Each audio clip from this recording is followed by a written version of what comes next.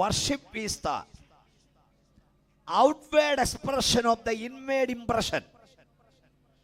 അകത്തെ സമ്മർദ്ദത്തിന്റെ പുറത്തെ പ്രതിഫലനമാണ് ആരാധന. അകത്ത് ദൈവസ്നേഹം വരുന്നൊരു ദൈവവൈതൽ ഉറക്കെ ഹല്ലേലൂയ പറഞ്ഞത് വരും, കൈ അടിച്ചെന്ന് വരും, ചാടിയെന്ന് വരും, തുള്ളിയെന്ന് വരും, അന്യഭാഷ ദൈവത്തെ സ്തുതിച്ചെന്ന് വരും, അവളോ യവനോ ഇരുന്ന് കരഞ്ഞെന്ന് വരും. അതല്ല ആരാധനയാ. അകത്ത് ദൈവസ്നേഹമില്ല, നീ ചാടിയാലും ആരാധനയല്ല, തുള്ളിയാലും ആരാധനയല്ല, മേശ അടിച്ച് പൊട്ടിച്ചാലും ആരാധനയല്ല. പക്ഷെ അകത്ത് ദൈവസ്നേഹം ഉള്ളവനോട് സ്തോത്രം പറയാൻ, ഹല്ലേലൂയ പറയാൻ, ചാടാൻ, തുള്ളാൻ അഭിഷക്തന്മാർ പറയണ്ട. അകത്ത് അഭിഷേകമുള്ളവൻ എവിടെ ഇരുന്നാലും ദൈവത്തെ സ്തുതിക്കും.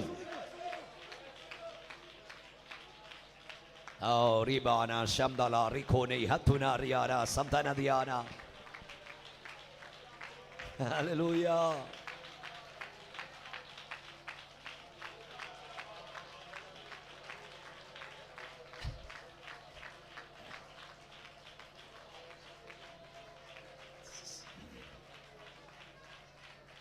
ഇനി നമ്മൾ ചിന്തിക്കാൻ പോകുന്നത് ആരാണ് പരിശുദ്ധാത്മാവിനെ തരുന്നതെന്ന് ശ്രദ്ധിക്കുക. പരിശുദ്ധാത്മാവിനെ ആരാണ് തരുന്നത്? യോഹന്നാന്റെ സുവിശേഷം 7:37 ഉത്സവത്തിന്റെ മഹാദിനമായ ഒടുക്കത്തെ നാളിൽ യേശു നിന്നുകൊണ്ട് ദാഹിക്കുന്നവനെല്ലാം എൻ്റെ അടുക്കൽ വരട്ടെ, എന്നിൽ വിശ്വസിക്കുന്നവന്റെ ഉള്ളിൽ നിന്ന് തിരുവെഴുത്ത് പറയുന്ന പോലെ ജീവജലത്തിന്റെ നദികൾ ഒഴുകും. എന്നിൽ വിശ്വസിക്കുന്നവന്റെ പരിശുദ്ധാത്മാവ് നിന്റെ പുറത്തു നിന്ന് അകത്തേക്ക് കയറേണ്ടതല്ല, അകത്തു നിന്ന് പുറത്തേക്ക് വരേണ്ടതാ.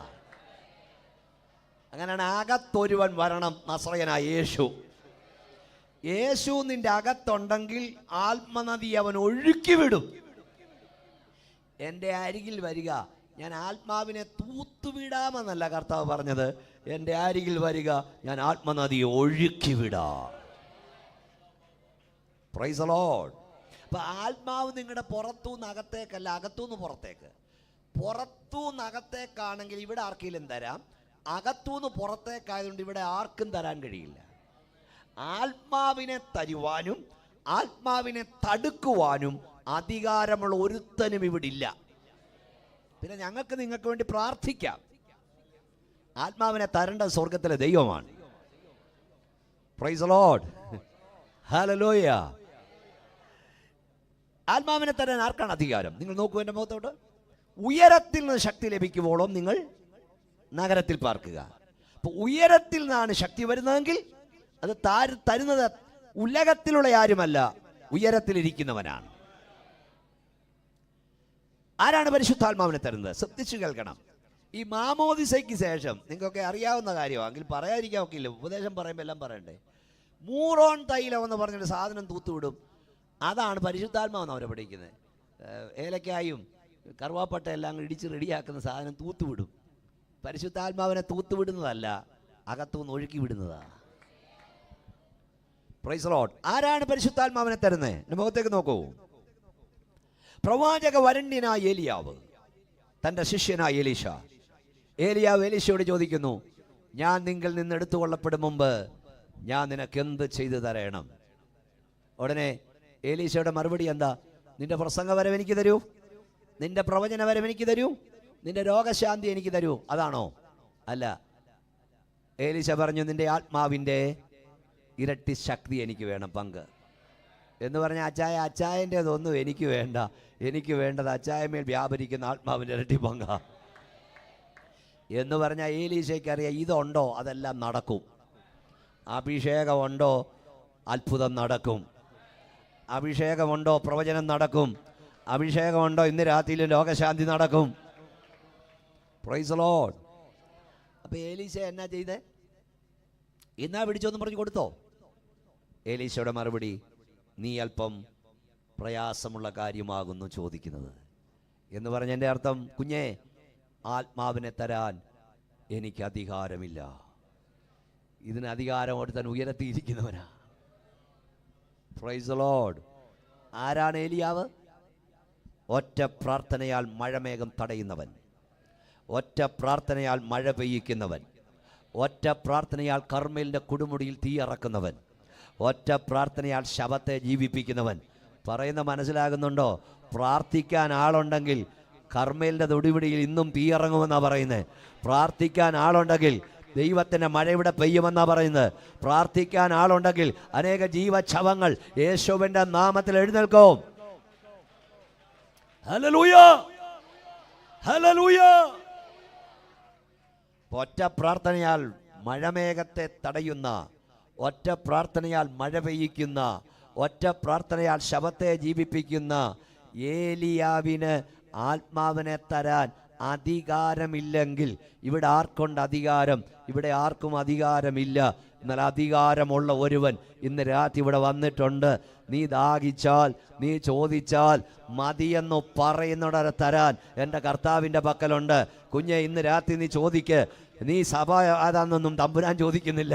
കർത്താവേ, ഈ അത്യന്ത ശക്തി എൻ്റെ മൺകൂടാരത്തിൽ പകരണമെന്ന് ഈ രാത്രി നീ ചോദിച്ചാൽ മതിയെന്ന് പറയുന്നിടം വരെ തരാൻ എൻ്റെ കർത്താവിൻ്റെ പക്കലുണ്ട്. എത്ര പേർക്ക് ശക്തിയോടെ ദൈവത്തെ സ്തുതിപ്പാൻ കഴിയും? ഹല്ലേലൂയ.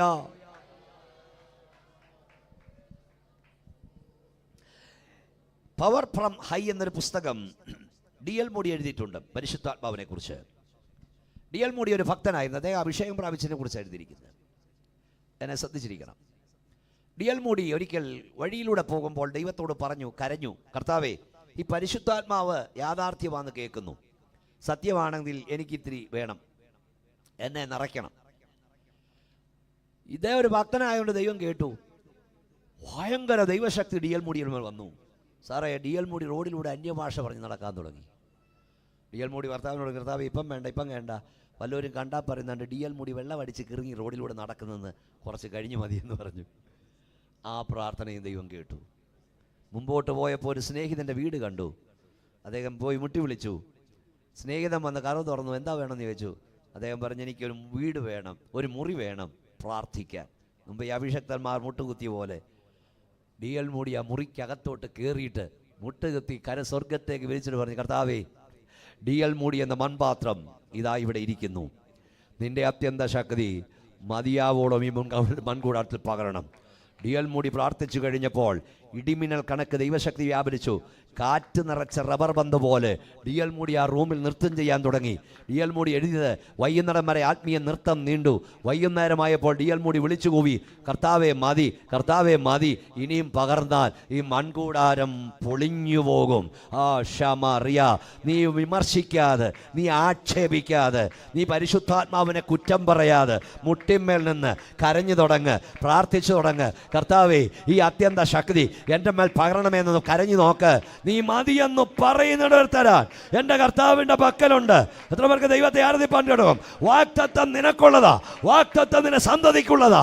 ദൈവമായ കർത്താവ് വിളിച്ചു വരുത്തുന്ന ദൂരസ്ഥന്മാരായ ഏവർക്കുമുള്ളതത്രേ.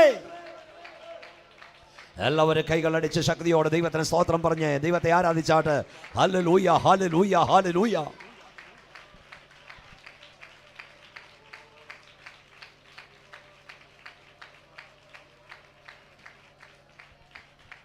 സ്തോത്രം. പരിശുദ്ധാത്മാവിനെ തന്നെ ആർക്കും അധികാരമില്ല. അതിന് അധികാരം ഉയർത്തിയിരിക്കുന്നവനാ. ഞാനിന്ന് പാസ്റ്ററോട് പറയായിരുന്നു, ഞാൻ കഴിഞ്ഞ ദിവസം നടത്തിയ ഒരു കല്യാണത്തിന് ഒരു പെങ്കൊച്ച് ആത്മാവിൽ നിന്ന് ആരാധിച്ചു. അത് വൈറലായി. അതിൻ്റെ അടി വന്ന് എഴുന്നതെല്ലാം ഗുണപ്പെടാത്ത ബന്ധക്കോസുകാരാ, ഉദയജിമാര്, അഭിഷേകമില്ലാത്ത. അപ്പം ഞാൻ ചോദിച്ചാൽ ഈ പരിശുദ്ധാത്മാവ് എൻ്റെ പോക്കറ്റിൽ ഇരിക്കുകയാണ്. ഭീമോനച്ചനോട് ചോദിച്ചിട്ടാണോ പരിശുദ്ധാത്മാവ് വരുന്നത്? കാറ്റ് ഇഷ്ടമുള്ള തൂതുവന്നേ, എപ്പം വേണേലും ഊതും. ഇന്ന് രാത്രി അതത് ഇവിടെ ഊതിക്കൊണ്ടേയിരിക്കുക. Praise the Lord. എന്താ കർത്താവിൻ്റെ വചനം നമ്മൾ പറഞ്ഞത്? വരിക എന്ന് ആത്മാവ് പറയുന്നു, വരിക എന്ന് മണവാട്ടി പറയട്ടെ. സ്തോത്രം. ദാഹിക്കുന്നവൻ വരട്ടെ, ഇച്ഛിക്കുന്നവൻ ജീവജലം സൗജന്യമായി വാങ്ങട്ടെ. ഞാനിപ്പോൾ പറഞ്ഞ വെളിപ്പാട് 22:17 വാക്യമാണ്. ലൂക്കോസ് 11:13. ദോഷികളായ നിങ്ങൾ നിങ്ങളുടെ മക്കൾക്ക് നല്ല ദാനങ്ങളെ കൊടുക്കുന്നെങ്കിൽ സ്വർഗസ്ഥനായ തൻ്റെ പിതാവ് തന്നോട് ചോദിക്കുന്നവർക്ക് പരിശുദ്ധാത്മാവിനെ പറഞ്ഞേ എത്രയധികം കൊടുക്കും. പെന്തക്കോസ്തുകാരുടെ ഒരു മുദ്രാവാക്യം ഉണ്ടായിരുന്നു. ഇപ്പം അതൊക്കെ അങ്ങ് നിന്നു. കൺവെൻഷൻ കഴിയുമ്പോൾ അത് വിളിച്ചു പറയുമായിരുന്നു. എന്തുവാ? ഓർമ്മയുണ്ടോ? ഓർമ്മയുണ്ടോ? യേശു ക്രിസ്തു പറയുന്നേ മറന്നുപോയോ? യേശു ക്രിസ്തു പറഞ്ഞ ഉറക്കെ പറഞ്ഞേ, പാപികളെ രക്ഷിക്കുന്നു. യേശു ക്രിസ്തു രോഗികളെ സൗഖ്യമാക്കുന്നു. യേശു ക്രിസ്തു, യേശു ക്രിസ്തു പരിശുദ്ധാത്മാവിനെ നൽകുന്നു. യേശു ക്രിസ്തു രാജാവായി വേഗം വരുന്നു നിന്റെ ദൈവത്തെ എതിരേൽപ്പാൻ. ഹല്ലേലൂയ. അതെല്ലാം പോയി. സ്തോത്രം. പണ്ട് സ്നാനപ്പെട്ട് കഴിഞ്ഞാൽ പിന്നെ പറയും കാത്തിരിക്കണം, പരിശുദ്ധാത്മാവിനെ പ്രാപിക്കണം. കാത്തിരിപ്പ് യോഗം ഉണ്ടായിരുന്നു. ഇപ്പം DPMകാർക്കെങ്ങാനും ഉണ്ടെങ്കിലേ ഉള്ളൂ, വേറെ ഒന്നും ഇല്ല അല്ലേ? ഉണ്ടോ? പലയിടത്തും നമുക്കുണ്ടെന്ന് തോന്നില്ലേ? കാത്തിരിപ്പ്. നമ്മുടെ പിള്ളേർ, നിങ്ങളെയൊക്കെ എനിക്ക് കണ്ട് സന്തോഷം തോന്നുക. പരിശുദ്ധാത്മാവ് എന്താണെന്ന് പോലും പിള്ളേർക്കറിയില്ല. പണ്ട് കല്യാണം ആലോചിക്കാൻ പെന്തക്കോസുകാരൻ ചെല്ലുമ്പം ചോദിക്കും, പിള്ളേരോട് ചോദിക്കും, രക്ഷിക്കപ്പെട്ടതാണോ, സ്നാനപ്പെട്ടതാണോ? ഇപ്പം ഈ ദല്ലാളാ കല്യാണം കൊണ്ട് വരുന്നത്. ആ പുള്ളി കേക്കും പൂക്കും ഉണ്ടോ? നാളെ ചോദിച്ചു, ദല്ലാളിനോട് ഒരാൾ കയറി ചോദിച്ചു, പെണ്ണ് അഭിഷേകം പ്രാപിച്ചതാണോ എന്ന്. ദല്ലാൾ പറഞ്ഞു, അവൾ അതിനും മാറത്തില്ലെന്ന്. അവൾ അതിനും മാറത്തില്ലെന്ന് പറഞ്ഞാൽ അതിനും ഇടുക്കിയാന്നവൾ.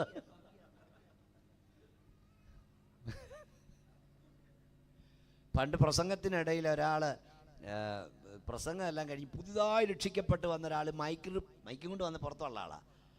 അങ്ങേരോട് ചോദിച്ചു, അച്യുതൻ ചേട്ടാ ദൂത് ഏറ്റെടുത്തു വന്ന്.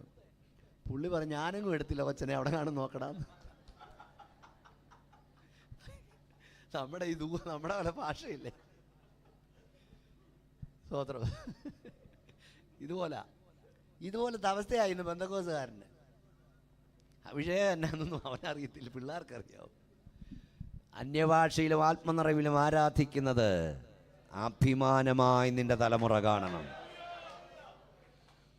നിന്റെ തലമുറ നിന്റെ കയ്യിൽ നിന്ന് പോകുന്നതിന് മുമ്പ് അവരഭിഷേകം പ്രാപിച്ചെന്ന് ഉറപ്പ് പ്രാപിക്കണം. നിങ്ങളുടെ മക്കൾ ഡോക്ടറാകും, നല്ല കാര്യമാ. എൻജിനീയറാകും, നല്ല കാര്യമാ.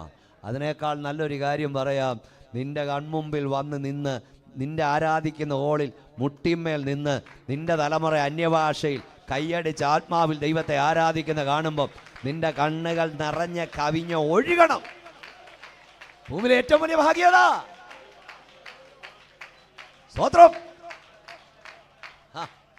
അതിനാണ് ഇത് പ്രസംഗിക്കുന്നത്. എനിക്ക് ഈ ദൈവദാസന്മാരുടെ കുഞ്ഞുങ്ങളെ മക്കളെ രണ്ടുപേരെ അമ്മമാരെ ഇവിടെ ആരാധിച്ചപ്പോൾ ഇതൊക്കെ ഞങ്ങൾ ശ്രദ്ധിക്കും. അവനവിടെ നിന്ന് ആരാധിക്കുന്നത് കണ്ടു.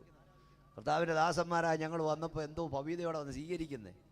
ലോകം മുഴുവൻ പോകുന്നത് ഞങ്ങളിതൊക്കെ നോക്കും.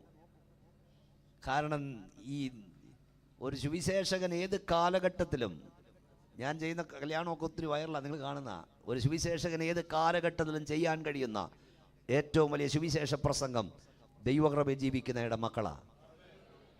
അല്ലെ നാട്ടുകാർ പറയും, മക്കളെ കേട്ടോണം, നിങ്ങൾ ലോകം മുഴുവൻ നന്നാക്കാൻ നടന്നു, പക്ഷേ അയാൾക്ക് വീട് നന്നാക്കാൻ ഒത്തില്ലെന്ന്. ഈ ദൈവദാസന്മാരുടെ കുഞ്ഞുങ്ങൾ ആമ്പിള്ളാരാ, അവർ വിദ്യാഭ്യാസമുള്ളവരാ, അവർ ദൈവത്തെ ആരാധിക്കുന്നത് കണ്ടത് എനിക്ക് സന്തോഷം.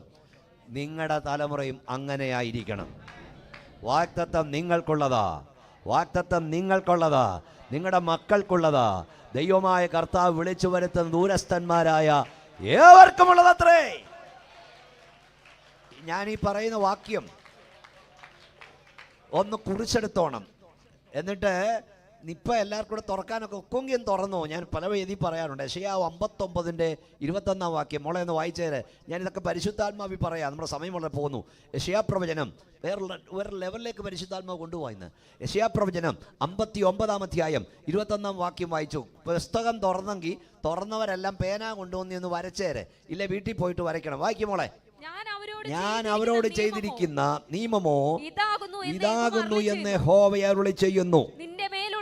നിന്റെ മേലുള്ള എന്റെ ആത്മാവും നിന്റെ വായിൽ ഞാൻ തന്ന വചനവും നിന്റെ വായിൽ നിന്നും നിന്റെ സന്തതിയുടെ വായിൽ നിന്നും നിന്റെ സന്തതിയുടെ വായിൽ നിന്നും ഇന്നു മുതൽ ഒരു നാളും വിട്ടുപോകില്ലെന്ന് കൈ ഉയർത്തിയ ശക്തിയോടെ സ്തോത്രം പറ. ഒരു കരം നെഞ്ചോട് ഉയർത്തി പിടിച്ചേ, മറുകര സ്വർഗത്തിലേക്ക് ഉയർത്തിപ്പിടിച്ച് എല്ലാ മാതാക്കളും എല്ലാ പിതാക്കന്മാരും കർത്താവിനോടൊന്ന് കരഞ്ഞു പറഞ്ഞേ, കർത്താവേ, എൻ്റെ മേലുള്ള നിൻ്റെ ആത്മാവും എൻ്റെ വായിൽ നീ തന്ന വചനവും എൻ്റെ വായിൽ നിന്നും എൻ്റെ സന്തതിയുടെ വായിൽ നിന്നും എൻ്റെ സന്തതിയുടെ വായിൽ നിന്നും ഒരു നാളും വിട്ടുമാറരുത്. കരമടിച്ച് ദൈവത്തെ മഹത്വപ്പെടുത്തിയാട്. ഓ മാ ശഖമ റഥന ഉഡമ ശകിൽഖ ഹംതുനി ഹംതുര യാന.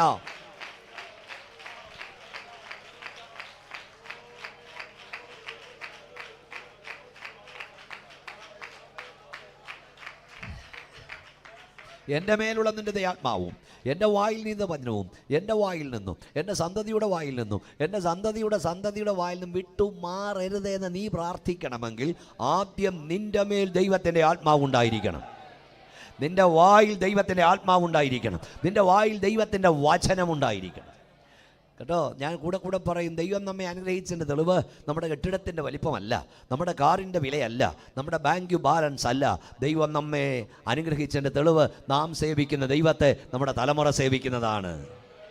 നാം എടുത്ത പുസ്തകം നമ്മുടെ തലമുറ എടുക്കുന്നതാണ്. സമയം തീർന്നു. ദോഷികളായ നിങ്ങൾ നിങ്ങളുടെ മക്കൾക്ക് നല്ല ദാനങ്ങളെ കൊടുക്കുന്നെങ്കിൽ തന്നോട് ചോദിക്കുന്നവർക്ക് ദൈവം പരിശുദ്ധാത്മാവിനെ, അതെന്തെങ്ങനെ ദൈവം കൊടുക്കുന്നത്? ഫ്രീ ആയിട്ട് കൊടുക്കുക, സൗജന്യമായി കൊടുക്കുക. പരിശുദ്ധാത്മാവ് മാത്രമല്ല, ദൈവം കൊടുക്കുന്നതെല്ലാം ദാനമാണ്. രക്ഷ ദൈവത്തിൻ്റെ ദാനം, നിത്യജീവൻ ദൈവത്തിൻ്റെ ദാനം, സ്വർഗം ദൈവത്തിൻ്റെ ദാനം, ഓക്സിജൻ ദൈവത്തിൻ്റെ ദാനം. ഓക്സിജന് വില കൊടുത്ത് മേടിക്കണമായിരുന്നു, എത്ര കോടി കൂടെ വേണമായിരുന്നു. സ്തോത്രം. ആ കണക്കൊന്നും ഇവിടെ പറയാൻ നേരമില്ലാത്തതുകൊണ്ട് ഞാൻ ഓടിച്ചു വിടുക. ദൈവം തരുന്ന എല്ലാം ദാനമാണ്. ഒരിക്കൽ ഒരു മനുഷ്യൻ ഒരു അച്ഛൻ്റെ അടുക്ക വന്ന് പറഞ്ഞു, അച്ചോ സ്വർഗം കിട്ടുമെന്നാ എൻ്റെ ധാരണ. അതെന്താ നിൻ്റെ ധാരണ? അങ്ങനെ അതില്ല, കാണുന്ന പള്ളി ഞാൻ പണിതാന്ന് പറഞ്ഞു. അപ്പം അച്ഛൻ ചോദിച്ചാൽ എത്ര പൗണ്ട്? ഇംഗ്ലണ്ടില എത്ര പൗണ്ട് ആയടോ എന്ന് ചോദിച്ചു. ഇവൻ പറഞ്ഞു 25,000 പൗണ്ടായെന്ന്. അച്ഛൻ ഇങ്ങനെ ഞൊട്ടയൊക്കെ ഇട്ടിട്ട് പറഞ്ഞു, 25,000 പൗണ്ടിന് ദൈവം സ്വർഗം വിൽക്കുമെന്ന് എനിക്ക് തോന്നുന്നില്ല. അത്ര ദരിദ്രനല്ല ദൈവം. Praise the Lord. പള്ളി പണിത് കൊടുത്തത് കൊണ്ട്, നമ്മുടെ ഇവിടെയൊക്കെ നേർച്ച കൺവെൻഷൻ ഉണ്ട് അല്ലേ, ഞാൻ ഒത്തിരി പ്രസംഗിക്കുന്ന. പള്ളി പണിത് കൊടുത്തതുകൊണ്ട്, കൺവെൻഷൻ നടത്തിയത് കൊണ്ട്, സെമിത്തേരിക്ക് പെയിന്റ് അടിച്ചത് കൊണ്ട് സ്വർഗത്തിൽ പോകത്തില്ല. ക്രൂശിൽ മരിച്ച കർത്താവിനെ നിന്റെ രക്ഷിതാവും കർത്താവുമായി സ്വീകരിച്ച് ഉപദേശത്തിന്റെ വിശുദ്ധിയിൽ, ജീവിതത്തിന്റെ വിശുദ്ധിയിൽ കർത്താവിനെ ആരാധിച്ചാൽ കാഹളം ധ്വനിക്കുമെന്ന് നീ എടുക്കപ്പെടും, അല്ലെ കൈവിടപ്പെടും. രക്ഷ ദൈവത്തിന്റെ ദാനമാ, നിത്യജീവൻ ദൈവത്തിന്റെ ദാനമാ, പരിശുദ്ധാത്മാവ് ദൈവത്തിന്റെ ദാനമാ. അതെന്താ ദൈവം ദാനം കൊടുക്കുന്നേ? ഇങ്ങോട്ട് നോക്കിക്കേ. കാരണം ദൈവം തമ്പുരാനെ, പരിശുദ്ധാത്മാവിനെ വില നിശ്ചയിച്ചാലേ വാങ്ങിക്കാൻ നിന്റെയിലും എന്റെയിലും കാശില്ല. ദൈവം വില നിശ്ചയിച്ചാൽ വാങ്ങാൻ കാശില്ല. ഞാൻ എൻ്റെ ഭാഷയിൽ പറഞ്ഞാൽ, ദൈവം തമ്പുരാൻ പരിശുദ്ധാത്മാവിനെ കൊടുത്താൽ ടാറ്റായ്ക്കും ബിർളായ്ക്കും, ഇപ്പോഴത്തെ ആരൊക്കെ അദാനിയോ അവർക്ക് പോലും ഓരോ സ്പൂണ് കിട്ടത്തില്ല. ഇത് പിന്നെ പാവപ്പെട്ട നമ്മുടെ കാര്യം പറയണം. ദൈവം ഇത് ദാനം നൽകിയാൽ ഞാൻ ദൈവത്തെ സ്തുതിക്കുന്നു. പാവപ്പെട്ട നമുക്ക് ആവോളം പ്രാപിപ്പാനിടയായല്ലോ. ഇത് മാത്രമല്ല, രക്ഷ ദൈവത്തിൻ്റെ ദാനമാ. രക്ഷദാനമായതുകൊണ്ട് മുതൽ മുടക്കില്ലെന്ന് ചിന്തിക്കരുത്. ഇതിൻ്റെ വില വലുതാണ്. സ്വർഗത്തെക്കാൾ ഉന്നതനായ, ദൂതന്മാരെക്കാൾ ഉന്നതനായ കുഞ്ഞാടന്റെ രക്തം, വിലയേറിയ രക്തം, വിലയേറിയ രക്തം, വിലയേറിയ രക്തം. ആ വിലയേറിയ രക്തത്താലാണ് ദൈവം നമ്മെ വിലയ്ക്ക് വാങ്ങിയിരിക്കുന്നത്. സ്തോത്രം. ഞാൻ കൂടെ പറയും, ഈ ലോകത്തിലെ സകല സ്വർണവും സകല വെള്ളിയും ത്രാസിന്റെ ഒരു തട്ടിൽ വെച്ചിട്ട് മറുതട്ടിൽ നമ്മുടെ കർത്താവിന്റെ രക്തത്തിന്റെ ഒരു തുള്ളി ഒഴിച്ചാൽ ആ തട്ടിനായിരിക്കും ഭാരം കൂടുതൽ. നിനക്കിത് സൗജന്യം തരുന്നെങ്കിലും ഇത് വിലയില്ലാത്തതല്ല, വാങ്ങാൻ നിന്റെ കാശില്ല. കൈ ഉയർത്തി സന്തോഷത്തോടെ സ്തോത്രം പറയൂ. മറ്റു ചില കാര്യങ്ങൾ എനിക്ക് പറയണമെന്നുണ്ടായിരുന്നു പരിശുദ്ധാത്മാവിനെ കുറിച്ച്. പരിശുദ്ധാത്മാവ് നമുക്ക് ആവശ്യമാണോ? ഈ ഭൂമിയിൽ ജീവിച്ചിരുന്നവരിൽ ആത്മശക്തി ആവശ്യമില്ല. മോനെ മൈക്ക് മാറ്റിയാലോ? എനിക്ക് തോന്നി.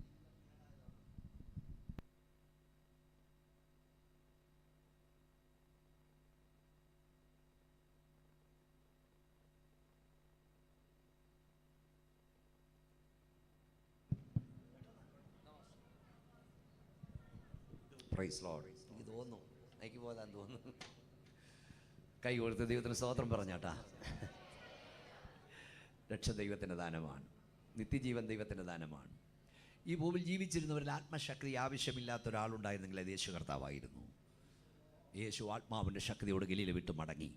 യേശുവിന് ആത്മശക്തി ആവശ്യമാണ്. നിങ്ങൾക്കും എനിക്കും എത്രയധികം ആവശ്യമാണ്. ഈ ഭൂമിയിൽ ജീവിച്ചിരുന്നവരിൽ സ്നാനപ്പെടേണ്ടാത്ത ഒരാളുണ്ടായിരുന്നത് യേശുവാ. യേശു സ്നാനപ്പെട്ടെങ്കിൽ നമ്മൾ എത്രയധികം സ്നാനപ്പെടണം. ഈ ഭൂമിയിൽ ജീവിച്ചിരുന്നതിൽ കരയേണ്ടാത്ത ഒരാളുണ്ടായിരുന്നെങ്കിൽ ഇത് യേശുവാ. യേശു കരഞ്ഞെങ്കിൽ നമ്മൾ എന്തുമാത്രം കരയണം. ഈ ഭൂമിയിൽ ജീവിച്ചിരുന്നതിൽ ഉപവസിക്കേണ്ടാത്ത ഒരാളുണ്ടായിരുന്ന യേശുവാ. യേശു ഉപവസിച്ചെങ്കിൽ നമ്മൾ എത്രയധികം ഉപവസിക്കണം. യേശു സ്നാനപ്പെട്ട നിന്നേക്കാൾ പാപിയായിട്ടല്ല, നീ അനുഗമിപ്പാൻ നല്ലൊരു മാതൃക കാണിക്കുകയായിരുന്നു. ഒന്ന് കൈകൾ ഉയർത്തിയ ശക്തിയോടെ ദൈവത്തിന് സ്തോത്രം ചെയ്യാം. പരിശുദ്ധാത്മാവെന്ന് പറഞ്ഞാൽ അതൊരു പ്രവചനവും കൂടെ. അതുകൂടെ ഒന്ന് പറഞ്ഞിട്ട് വേഗത്തിൽ ഞാൻ നിർത്താം. ഒത്തിരി പ്രവചന വാക്യം വായിക്കുന്നുണ്ട്. യെശയ്യാ പ്രവചനം 32-ാം അധ്യായം 15-ാം വാക്യവും 14-ാം വാക്യവും. ആദ്യം 15 പിന്നെ 14 വായിക്ക്. 22-ന്റെ 10-ാം വാക്യവും നമ്മളൊന്ന് വായിച്ചാട്ടെ പെട്ടെന്ന്. ഉയരത്തിൽ നിന്ന് ആത്മാവിനെ നമ്മുടെ മേൽ പകരുവോളം തന്നെ. ഉയരത്തിൽ നിന്ന് ആത്മാവിനെ നമ്മുടെ മേൽ പകരുവോളം തന്നെ. അപ്പോൾ മരുഭൂമി ഉദ്യാനമായി തീരും, ഉദ്യാനം വനമായി എണ്ണപ്പെടും. അതിന്റെ 14-ാം വാക്യം വായിച്ചാട്ട്. അരമന ഉപേക്ഷിക്കപ്പെടും, ജനപുഷ്ടിയുള്ള നഗരം നിർജ്ജനമായി. അവിടെ ഒരു പ്രവചനമാണ്. 28-ന്റെ 10 വിക്കി വിക്കി പറഞ്ഞ അധരങ്ങളാലും അന്യഭാഷയിലും അവൻ ഈ ജനത്തോട് സംസാരിക്കും. ഇതാകുന്നു സ്വസ്ഥത. ഇത് പ്രവചനമാണ്. ഇന്നലെ ഞാൻ പറഞ്ഞു, യേശു ജനിക്കും, അവൻ ജീവിക്കും, അവൻ മരിക്കും, ഉയർക്കും. പ്രവചനമുള്ളതുപോലെ പരിശുദ്ധാത്മവർഷണം നിങ്ങൾ കാണുന്ന ഇത് പ്രവചനമാണ്. യോവേൽ 2:28 അന്ത്യകാലത്ത് ഞാൻ സകല ജഡത്തിന്മേലും എൻ്റെ ആത്മാവിനെ പകരും. ഇത് പ്രവചനമാണ്. ആ പ്രവചനം നിവർത്തിയ. അവിടെ ഒരു കാര്യം നിങ്ങൾ ശ്രദ്ധിക്കണം. ഉയരത്തിൽ നിന്ന് നമ്മുടെ മേൽ ആത്മാവിനെ പകരുവോളം തന്നെ. ഇവിടെ എഴുതിയിരിക്കുന്ന പല കാര്യമുണ്ട്. ഉയരത്തിൽ നിന്ന് ആത്മാവ് വന്നാൽ അരമന ഉപേക്ഷിക്കപ്പെടും, ജനപുഷ്ടിയുള്ള നഗരം നിർജ്ജനമാകും, നിർജ്ജന നഗരം ജനപുഷ്ടിയാൽ നിറയും. ഈ ശരിക്ക് ആത്മാവ് വന്നാൽ അരമനകളോട് ടാറ്റ പറയും. മനസ്സിലായവർക്കറിയാം. ഞങ്ങളുടെ മേലൊക്കെ ആത്മാവ് വന്നുകൊണ്ട് അരമനകളോട് ടാറ്റ പറഞ്ഞത്. ഇന്ന് ആത്മാവ് വന്നിട്ടും അരമനെ ചുറ്റിപ്പറ്റി പലരും നിൽക്കുക. എൻ്റെ അപ്പനെയൊക്കെ സ്നാനപ്പെട്ടതിൻ്റെ പേരിൽ മുടക്കിയതാ ഈ പള്ളിക്കാരൊക്കെ. ഇപ്പം അവർ പറയുന്നത് എവിടെ വേണേലും പോയി മുങ്ങിക്കോ, പക്ഷേ ഇവിടെ പൊങ്ങിക്കോണമെന്ന്. അങ്ങനെ പലയിടത്തും പോയി മുങ്ങി അവിടെ പൊങ്ങി നിൽക്കുക. കട്ട് മുക്കി വിടാൻ കുറേ ഉപദേശിമാരും ഉണ്ട് മതിയിടുക. എന്നിട്ട് കുമ്പനാട് പോയി ഒരു തമ്പേറും വാങ്ങിച്ചുകൊണ്ട് വന്നിട്ട് ഭയങ്കര കൊട്ട. പറവോനു ഞാൻ ഇനിയോ അടിമയല്ല. പറവോനെ തിണ്ണക്കിരുന്നാ ഇത് കൊട്ടുന്നത്. ഇവിടെ നിങ്ങൾക്ക് പറഞ്ഞാൽ മനസ്സിലാവുമെന്ന് എനിക്കറിയത്തില്ല. ഞങ്ങളുടെ നാട്ടിലൊക്കെ ഈ കൂട്ടായ്മക്കാരുണ്ട്. ശനിയാഴ്ച വരെ മുട്ടിമേ നിന്ന് ഭയങ്കര രക്തത്താൽ ചെയ്യോ അന്യഭാഷയൊക്കെയാ. ഞായറാഴ്ച അവരുടെ ആത്മാവ് പമ്പ കിടക്കും. ഇവിടെ നീ പ്രാപിച്ചത് പരിശുദ്ധാത്മാവാണ്. ഞായറാഴ്ച കുർബാന മധ്യത്തിൽ അന്യഭാഷ പറഞ്ഞ് ദൈവത്തെ ആരാധിക്കും. പരിശുദ്ധാത്മാവിന് ഇവിടെ വല്ലവരെയും പേടിയുണ്ടോ? പരിശുദ്ധാത്മാവിന് ഭൂമിയിൽ ഒരുത്തനെയും പേടിയില്ല. ഈ ബ്രസീൽ എന്ന രാജ്യം കത്തോലിക്ക രാജ്യമായിരുന്നു. ഇപ്പോൾ ആ രാജ്യം പെന്തക്കോസ് രാജ്യമായി മാറിക്കൊണ്ടിരിക്കുക. അവിടെ ശക്തമായ ആത്മീയ ഉണർവ് നടക്കുക. ഇപ്പം ഇവിടുത്തെ അൽബനിയിൽ നടന്നില്ലേ? ഒരു പാവപ്പെട്ടവനെ ദൈവം ഉപയോഗിച്ചു, സാധാരണക്കാരനെ, ഒരു വർക്ക്ഷോപ്പ് ജീവനക്കാരനെ. അദ്ദേഹത്തിന് വലിയ പ്രസംഗപാഠമൊന്നുമില്ല, പക്ഷെ അദ്ദേഹം പ്രാർത്ഥിക്കുമ്പോൾ വലിയ വിടുതലുകൾ നടക്കുകയാണ്. ദൈവം അങ്ങനെ സന്ദർശിക്കും. ഈ ദേവദാസം പ്രാർത്ഥിച്ച പോലെ നമ്മൾ അതിനായി പ്രാർത്ഥിക്കുന്നത് ഇവിടെ ഉണർവ് നടക്കാനാണ്. അപ്പം ഈ മനുഷ്യൻ വലിയൊരു ക്രൂസൽ നടക്കുകയാണ്. നിങ്ങൾ ശ്രദ്ധിക്കൂ, ഞാൻ വേഗത്തിൽ നിർത്താം. അപ്പോൾ എനിക്ക് ഒത്തിരി പോകണം ദൂരെ, അതുകൊണ്ടാണ് തീർത്തി വെക്കുന്നത്. സ്തോത്രം. അപ്പോൾ ഈ ബാപ്റ്റിസ്റ്റ് സഭയുടെ ഒരു പാസ്റ്റർ, ബാപ്റ്റിസ്റ്റ് സഭ 1000 അംഗങ്ങളൊരു സഭയുണ്ട്. ഈ ബാപ്റ്റിസ്റ്റ് സഭയെന്ന് പറഞ്ഞാൽ പലതുണ്ട്. ബാപ്റ്റിസ്റ്റ് സഭ ആത്മാവ് ഉള്ളതുകൊണ്ട് ആത്മാവില്ലാത്തതുകൊണ്ട്. അത്ഭുതം നിന്നെന്നും പറയുന്നവരുണ്ട്, ഉണ്ടെന്ന് പറയുന്നവരുണ്ട്. അഭിഷേകം നിന്ന് പോയെന്ന് പറഞ്ഞിട്ടുണ്ട്. പണ്ട് ആശാരിയോട് ആരാണ്ട് പറഞ്ഞു, ആശാരിപദേശിയോട് അത്ഭുതം നിന്നെന്ന്. അപ്പോൾ ആശാരി എന്ന് പറഞ്ഞു, അത്ഭുതം നിന്നേ, നിനക്കും നിൻ്റെ പെണ്ണും പിള്ളയ്ക്കുക, എനിക്കും എൻ്റെ പെണ്ണും പിള്ളയ്ക്കുക അത്ഭുതം. ആശാരിപദേശി അറിയത്തില്ലേ? സോദര എന്താ പറയുക, അന്യഭാഷ നിന്നെങ്കിൽ ഞങ്ങൾക്ക് നിന്നിട്ടില്ലെന്ന്. ഞാൻ ആത്മാവിൽ തുടങ്ങിയതേ ഉള്ളൂ. കൈ ഉയർത്തി സന്തോഷത്തോടെ സോദരൻ പറഞ്ഞതേ ഉള്ളൂ. അപ്പം ഈ 1000 അംഗങ്ങളുള്ള ബാപ്റ്റിസ്റ്റ് സഭയുടെ പാസ്റ്റർ ഈ ഉണർവ് യോഗം, ഭയങ്കര ഉണർവ് നടക്കുക. അപ്പം അദ്ദേഹത്തെ അവിടെ എന്താ നടക്കുന്നത് കാണാൻ ചില ആളുകളുണ്ടല്ലോ, പുറകെ വന്നിരിക്കുക വാക്കി കൊടുക്കാൻ, അന്യഭാഷ എഴുതിയെടുക്കാനൊക്കെ വരുന്നവരുണ്ട് പണ്ടും അങ്ങോട്ട്. അപ്പം ഇദ്ദേഹം 1-ാം ദിവസം വന്നു, 2-ാം ദിവസം വന്നു, 3-ാമത്തെ ദിവസം ബാപ്റ്റിസ്റ്റ് സഭയിലെ പാസ്റ്ററെ കയറി പരിശുദ്ധാത്മാവ് കയറി പിടിച്ചു. ഇതാ ഇതിൻ്റെ പ്രത്യേകത. സുവിശേഷത്തെ പിടിക്കാൻ വരുന്നവനെ സുവിശേഷം കയറി പിടിക്കും. അയാൾ ആത്മനിർഭരം പ്രാപിച്ചു, അന്യഭാഷ ദൈവത്തെ സ്തുതിക്കാൻ തുടങ്ങി. പിറ്റേ ഞായറാഴ്ച, ഇത് സംഭവം മാക്സിമം സംഭവം പറയാം. പിറ്റേ ഞായറാഴ്ച അയാൾ ചർച്ചിൽ ചെന്ന് പറഞ്ഞതേ അവിടെ നടക്കുന്ന പെന്തക്കോസ് യോഗം കാണാൻ ഞാൻ പോയതാ. 1-ാം ദിവസം പോയി, കുറ്റമല്ല, എഴുതിയെടുത്ത് ചോദ്യം ചോദിക്കാൻ പോയത്. 2-ാം ദിവസം പോയി. 3-ാം ദിവസം ഉയർത്തെഴുന്നേൽപ്പിൻ്റെ വ്യാപാര ശക്തിയാൽ ദൈവം എന്നെ നിറച്ചു. അതാണ് പെന്തക്കോസ്തിന്റെ പ്രത്യേകത. ഇതിനെ പിടിക്കാൻ വരുന്നവനെ ഇത് കയറി പിടിക്കും. ഹല്ലേലൂയ. എത്ര പേർക്ക് ശക്തിയോടെ ദൈവത്തെ സ്തുതിപ്പാൻ കഴിയും?